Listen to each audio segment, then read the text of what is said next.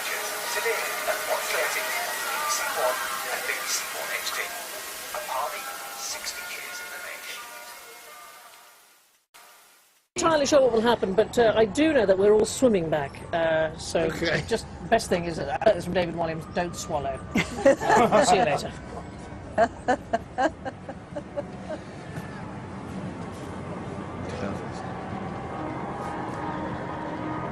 And there's the Queen still on board the Royal Barge, shortly about to depart, to watch as these wonderful boats keep coming past, and they do keep coming.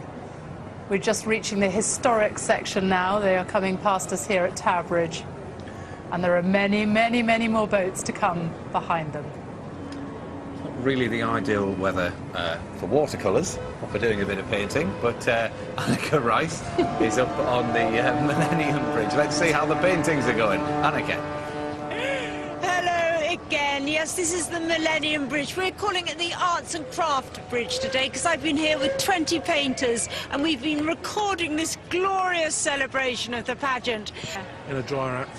Amazing stuff. We've had the most hilarious, wet, glorious, fantastic celebration today. Very, very soggy out there. I'm starting to feel a bit guilty. We are about the only dry people in London around the Thames at the moment. Wasn't Sandy, I suppose. Well, look, there's one person who's going to tell us all about the weather, and I don't know, she might be feeling a little bit responsible for it, but John Sargent is with her. Yes, it's coming. How do you rate previous royal occasions? Well, I think probably the Golden Jubilee 10 years ago would get a gold because the weather for that was sunny, it was dry, it was 26 degrees, so it was lovely and warm as well. The Silver Jubilee I would give a silver to because that was sunshine and showers and it was a lot cooler, it was about 14.7 degrees. I'd probably give the bronze to today. The bronze today, but it's actually quite similar to her own coronation day, wasn't it? That's right. Which I, of course, remember, which I think you might remember too, Carol. Yeah, you John, I'm far too young. All right. I'm telling the truth. All right. You're far too young, of course you are. OK, but that's on June the 2nd, and that was in 1953. What was the weather like then? Then it was cloudy, there was a little bit of drizzle around, there was quite a brisk northeasterly wind as well. And it was cold, it was only 11.7 degrees. The average at this time of the year should be about 18 degrees, so it was well below. OK, so there we are anyway. We've had a good time. Thanks very much.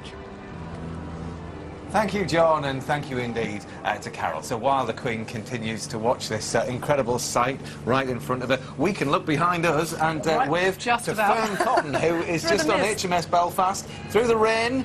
Hello, Fearne, can you see us?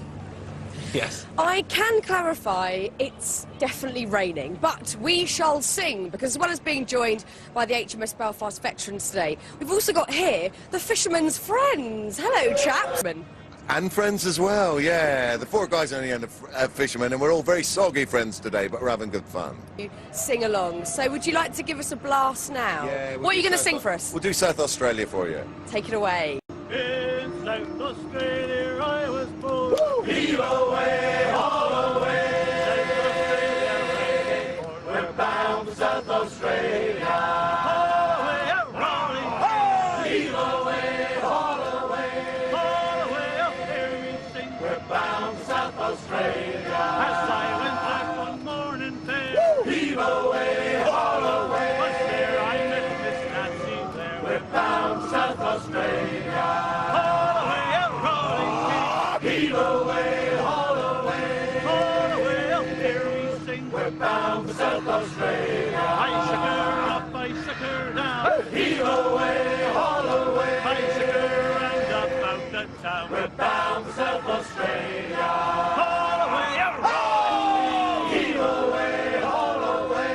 Haul away, up hear me sing. We're bound for South Australia. There was What a sound. It's so British. Nothing is dampening their spirits. But again, I mean, that is the whole spirit of this flotilla. The music, you know, everybody's having a wonderful, wonderful. Pouring with rain. I'm just surprised that Paul Dickinson hasn't joined in with the old sea shanty. I'm sure he might. Well, you both obviously have never heard me sing. What a great view. And Princess Anne, of course, has maintained her connections with sport through the British Olympic Association and her association as a member of the International Olympic Committee. So if it hasn't been already, it's going to be a very, very busy year for her indeed, with London 2012. How many days away? Less than 60. It's around 53, 54 days left before the opening ceremony of the Olympics. And the music barges to come past. We've already seen the Dunkirk little ships and the man-powered and paddle boats. We've still got the fire boats, leisure vessels and narrow boats and barges, the passenger boats and Thames clippers, and of course the very last pageant float, which will be the London Philharmonic Orchestra. But just to the left is HMS Belfast as another section begins to make its way through Tower Bridge. We think it's the service, steam and working vessels.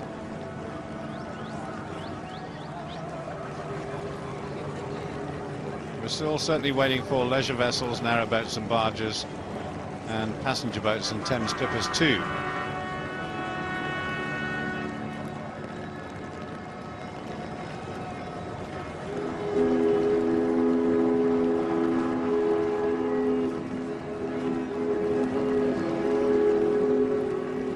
It's a great collection of lifeboats going through here. Well, since we started, the Duke of Edinburgh has only had one expression on his face, and that was a big, broad smile. Lovely to see. I was telling you about the RNLI, the charity that saves lives at sea, and still provides an on-call 24/7 lifeboat search and rescue service around the coasts of the United Kingdom and of Ireland too. A staggering 95% of all the personnel involved on board ships, or on board boats should I say, are all volunteers. Wonderful institution. They've saved 60,000 lives during our patron's 60-year reign.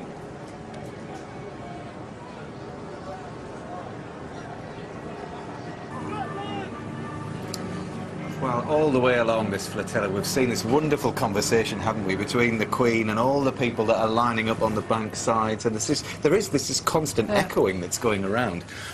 Amazing. Yeah, indeed. And we've seen all sorts of our personality, all sides as well, as the public went up, you know, from Warhorse and what have you. But we're joined now by John and Frances Canning, and you've had quite an interesting conversation with the Queen yourself, haven't you? Because she actually turned up at your wedding. Now, how on earth did that happen? John, start me. Well, basically, we got told after a few weeks of actually booking the wedding that there was going to be a very, very important person coming. Now, at that time, I thought it might have been Alex Ferguson, getting very excited, and then I found out it was actually the Queen and the Duke of Edinburgh. So I decided to write a letter to say congratulations on the Jubilee, and actually invited them to our wedding if they had a couple of minutes spare. And yeah, so I thought, well, you actually don't get, and like I said, I got a lovely letter back, and on the day, it was a great surprise to us that she actually asked to meet us both. Frances, when she came, what was she like? Because I mean, a lot of people thought, you know, very few people actually get to meet her, let alone have her at their wedding. Yeah. What was she like when she met you? She was just like any other normal person. Very gracious, very, you know, kind and just lovely, just very normal. How long did she stay for? 5 minutes. Yeah. Get some photos? We've got a video. Yeah, one of my friends got a video. We've got some lovely photos from the town hall itself, and a lot of good memories. People always talk about her sense of humour there, and sort of she's got a twinkle in her eye. And what do you think of today? I mean, she looks like she's really enjoying this afternoon. Do you know, for us to first meet her, it was just such an honour and a pleasure. And then when you see her today, you know, she's one happy lady. She's extraordinary as well. When you think how old she is, she's 86 years old. I know. And out here in the pouring rain. I know. They're just a wrap on. Fantastic. Well, the boats keep coming, keep coming. The historic section finally passing us at Tower Bridge. The rain keeps coming. The crowds, though, are still here. And there are the... Another fireboat there, just paying tribute to the Queen.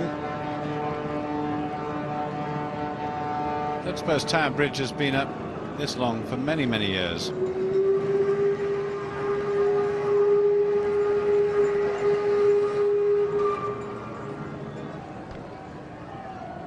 Oh, goodness, the shard.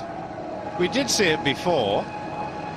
It was quite clear, so it gives you some indication as to the deterioration in the weather. But I guess when you're the tallest building in Western Europe, that's one of the downsides, isn't it? Now there's an interesting craft.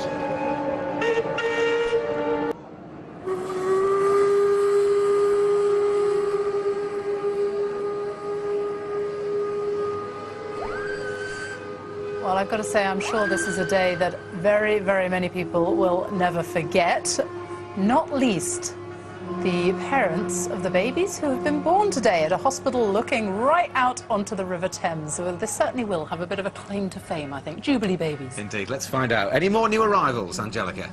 Oh, we love a claim to fame, and we've had some additions to our Jubilee baby board. There you go. And we also wanted to give you one of our Jubilee bibs. There you go, Santi. Congratulations to you all. Thanks for speaking to us. Now, babies, a little bit later. Still, the crowds are not tiring, waving, and they're there tooting their horns, blowing their whistles.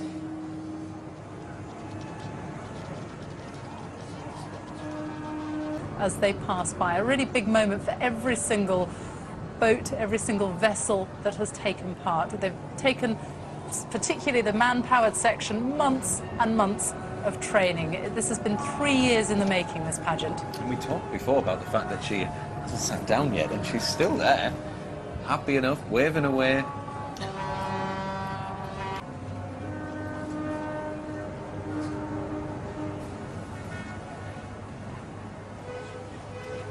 A great sight. What a sight on the River Thames. Well, on slightly drier terrain, I'd like to say, but I'm not really sure because it is quite soggy in the park. We can go over to Tess Daly over in Battersea Park. How are you getting on over there, Tess? OK, lovely. We're going to be eating cake. We'll see you later. Hopefully the rain might stop. That's definitely the WI version of keeping dry, isn't it? Let's get in the tent and just eat loads of cake. Oh, well, at least they're dry. At least they're enjoying themselves and they are dry. Let's get back out there on the Thames because those shots are just so amazing. More boats coming up here, a music barge passing us as we speak. The sound all this afternoon has just been echoing across the riverbanks of the Thames. And Sian Williams is on there somewhere. I wonder where she's standing now the bridge has gone up. And somewhere amongst that lot is Alex Jones, who is patiently waiting. Trust Alex even to pick a vessel that's called Hollywood, but I think she's doing a little bit of cooking. She was telling me earlier on that she is going to be doing some cooking, so let's find out what she's got on the menu. Alex. Well, eventually. Hello, Martin, Sophie. Yes, welcome to the Hollywood. Not quite as glamorous as it sounds, but we do have a red carpet and some palm trees. And you know what? We're not going to let the rain get us down, are we? No, we're not. And we will put it to the test shortly. But you go and mingle for a second while I go and see Angela. OK, over we go. It's not raining at all. We're not put off. OK, Angela. Now then, what we're doing here is kind of a take on classic afternoon tea, isn't it? So I've done my version of a chicken coronation salad with smoked almonds, some hazelnuts, heaps and loads of little dibbly. Yeah. We got with fish eggs.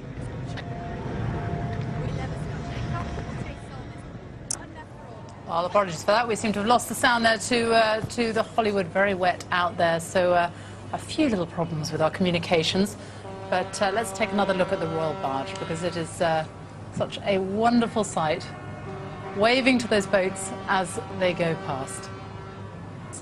It really does give you an idea of just how enormous this has been.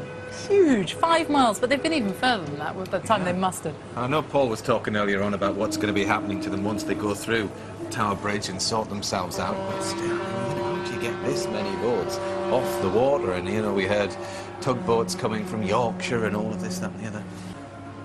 The Queen is looking resplendent today. We have with us Paula Reid from Garcia magazine, who is our director, expert on all these things. Yes. And she does look amazing, doesn't she? She looks amazing, and the only concession she's made to the weather is a bit of a cosy wrap. Yes. And that's only come on in the last hour or so, hasn't it? But she does look like a pearl, doesn't she? Like the jewel in this crown, this whole thing.